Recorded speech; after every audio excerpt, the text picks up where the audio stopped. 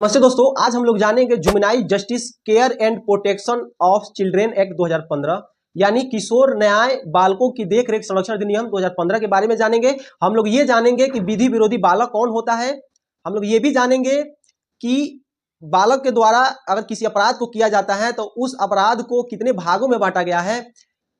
Juvenile justice जो board है उसके द्वारा किशोर के द्वारा किसी अपराध को किया जाता है तो कितनों दिनों के अंदर उस मामले को सुनवाई करके और उसे पनिशमेंट दिया जा सकता है।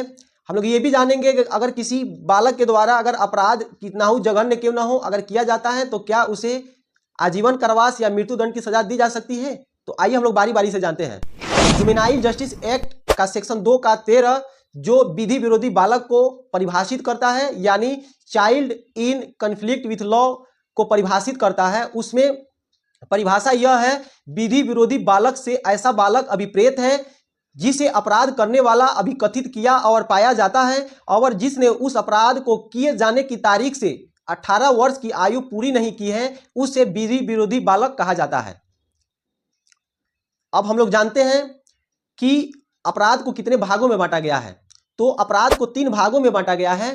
पहला है पेटी ऑफेंसेस यानी छोटे मोटे अपराध, वे अपराध जो कम गंभीर हैं। दूसरा सीरियस ऑफेंसेस जिन्हें गंभीर अपराध कहते हैं।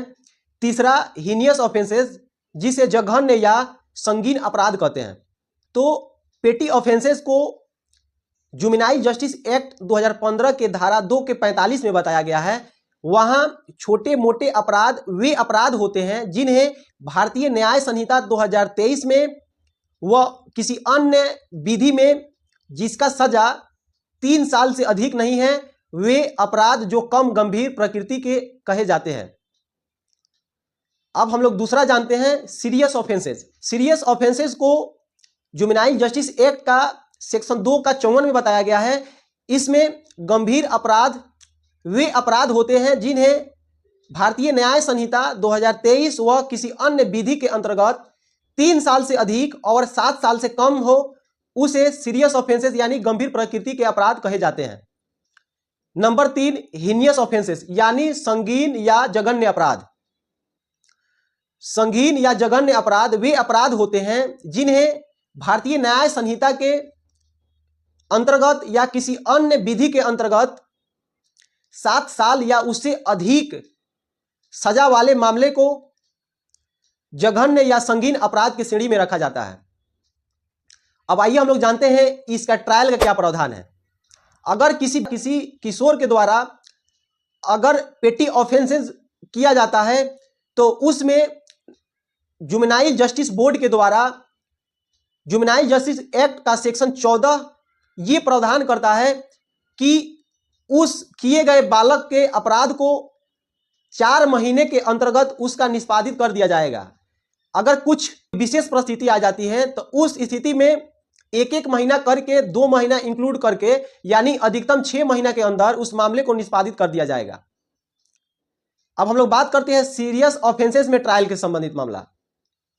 तो अगर सीरियस ऑफेंसेस किसी किशोर के द्वारा किया जाता है तो उसमें और हीनियस ऑफेंस करता है, उसमें दोनों में जुवेनाइल जस्टिस एक्ट का सेक्शन 14 का क्लॉज 4 व सेक्शन 18 ये प्रावधान करता है कि अगर किसी विधि विरोधी बालक के द्वारा अगर इन दोनों श्रेणी में अपराध करता है तो उसे जनरल प्रावधान यह है कि 4 महीना के अंदर में मामले को निष्पादित कर दिया जाएगा।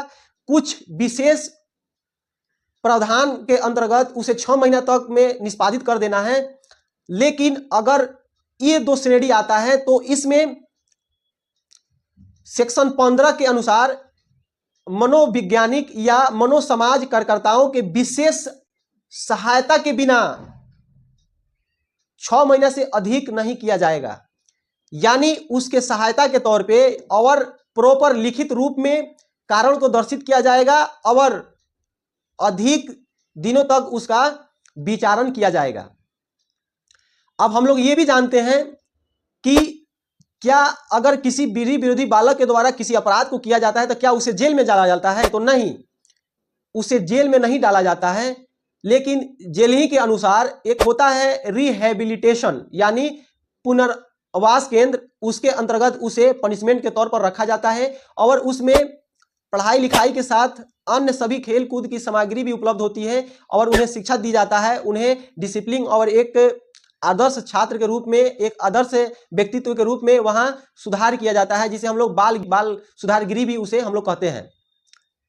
जुवेनाइल जस्टिस एक्ट का सेक्शन 21 ये प्रावधान करता है कि अगर किसी विधि विरोधी बालक के द्वारा किसी जघन्य अपराध को क्यों न कर दिया जाए, उसे मृत्यु दंड या लाइफ इंप्रिजमेंट की सजा नहीं दी जाएगी। अब हम लोग ये भी जानते हैं कि पहले 18 वर्ष तक के बालक को बाल गृह में ही पनिशमेंट और विचारण किया जाता था, लेकिन जब निर्भया हत्याकांड 2012 में हुआ तो उसमें लेजिस्लेचर को द्वारा अमेंडमेंट करके और 16 से ऊपर और 18 से नीचे में अगर जुवेनाइल जस्टिस बोर्ड को ऐसा लगता है तो उसे मेजर का जिस प्रकार विचारण चलता है उसी प्रकार से 16 से ऊपर के किशोर बालक को भी विचारण सत्र न्यायाधीश या सीजीएम डिवीजन में उसका विचारण चलाया जाएगा, जो जुवेनाइल जस्टिस बोर्ड से अलग होगा।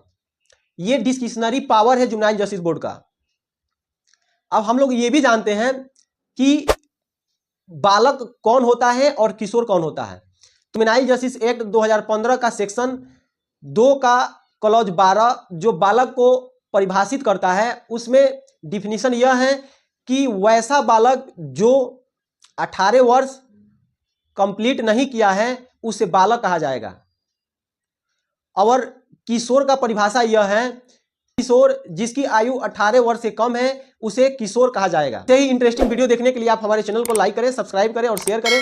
अगर आप फेसबुक पेज पर देख रहे हैं तो वहां शेयर करें, फॉलो करें। धन्यवाद।